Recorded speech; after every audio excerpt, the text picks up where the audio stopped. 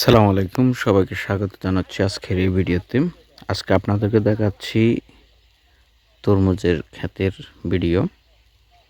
এখানে অনেক তরমুজ চাষাবাদের জন্য বিভিন্ন সার এবং কীটনাশক ব্যবহার করতেছে, অনেক বিশাল।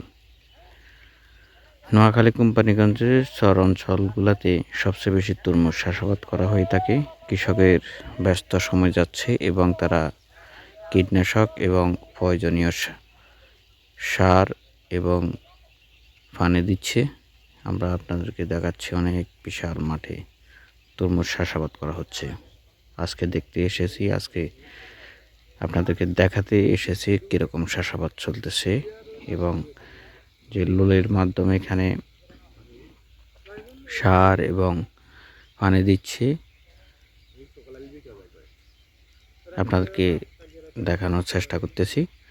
যারা এই মুহূর্তে ভিডিওটি দেখতেছেন অবশ্যই শেয়ার করে দিবেন, অন্যদেরকে দেখার সুযোগ করে দিবেন। ধন্যবাদ সবাইকে আমাদের সঙ্গে থাকার জন্য।